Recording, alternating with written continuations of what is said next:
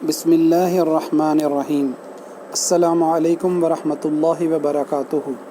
سیرت النبی صلی اللہ علیہ وآلہ وسلم، درس نمبر 12۔ آپ صلی اللہ علیہ وسلم کی ولادت کے وقت سرزمین عرب میں موجود باقی مذاہب اور ادیان کا مختصر سا جائزہ۔ سابقہ اقساط میں مشرکین حجاز و عرب کے عقائد اور بت پرستی کی تاریخ اور مذہب یہودیت و عیسائیت کا تذکرہ کیا گیا۔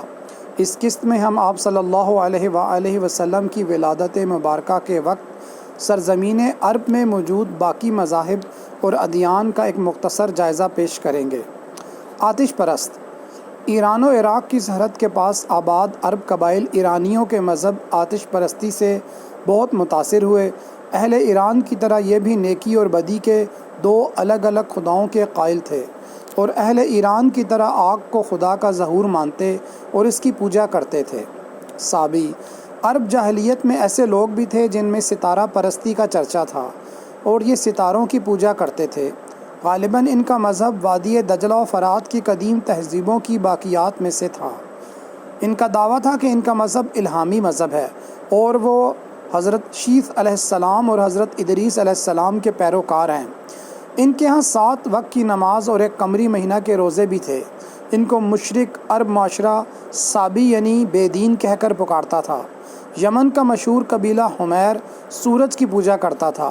قبیلہ اسد سیارہ عطارد کی اور قبیلہ لحم و جزام سیارہ مشتری کو دیوتا مان کر پوجتے تھے۔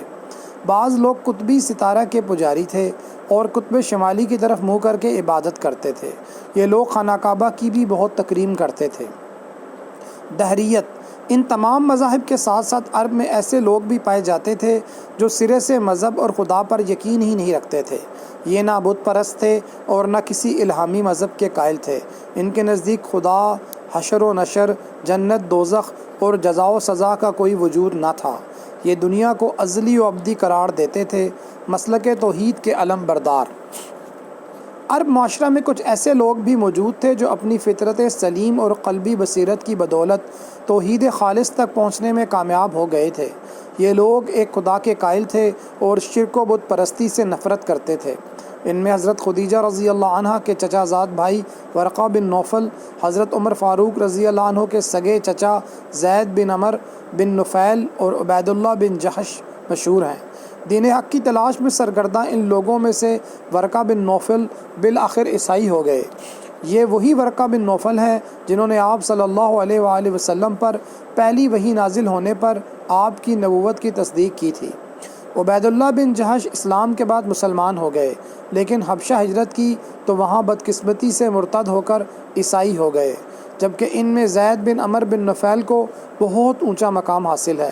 حالانکہ ان کو اسلام نصیب نہیں ہوا کیونکہ وہ پہلے ہی وفات پا گئے تھے، لیکن ان کی فضیلت کا اندازہ اس حدیث مبارکہ کے مفہوم سے لگایا جا سکتا ہے کہ جب قیامت کے دن ہر امت اپنے نبی کی قیادت میں اٹھائی جائے گی تو زید بن عمر بن نفیل اکیلے ایک امت کے طور پر اٹھائے جائیں گے۔ زید بن عمر بن نفیل نے بت پرستی، مردار خوری، خون ریزی اور دیگر تمام معاشرتی خباثتوں کو اپنے اوپر حرام کر لیا تھا، اور جب ان سے ان کے مذہب کے متعلق پوچھا جاتا تو آپ جواب دیتے کہ اعبد رب ابراہیم، میں ابراہیم کے رب کی پرستش کرتا ہوں۔ آپ بت پرستی سے سخت بیزار تھے اور خانہ کعبہ میں بیٹھ کر قریش کو کہتے کہ میرے سوا تم ایک بھی شخص دین ابراہیمی پر نہیں ہے، دین ابراہیمی پر نہیں ہے۔ آپ قوم کو بت پرستی سے منع کرتے رہتے تھے۔ گو عرب میں ہر قسم کے دین موجود تھے، مگر ان کی اصلی صورت اتنی مسخ ہو چکی تھی کہ کفر و شرک اور دین میں امتیاز کرنا مشکل ہو چکا تھا۔ توحید جو ہر الہامی مذہب کا خاصہ تھا، اس کا کسی مذہب میں کہیں نام و نشان تک نہ تھا، اور کفر و شرک و توہم پرستی کا اندھیرا صرف عرب ہی نہیں تمام معلوم دنیا پر چھایا ہوا تھا۔ غرض تمام ہی دنیا ضلالت و گمراہی کی دلدل میں غرق ہو چکی تھی۔ تب خدائے بزرگ و برتر کو اہل زمیں کی اس پستی و زبوں حالی پر رحم آیا، اور اس نے ان میں اپنا عظیم تر پیغمبر مبعوث فرمایا۔ جاری ہے۔ آج کے درس میں سے کچھ سوالات۔ سوال نمبر 1، آتش پرست آگ کے بارے میں کیا عقیدہ رکھتے تھے؟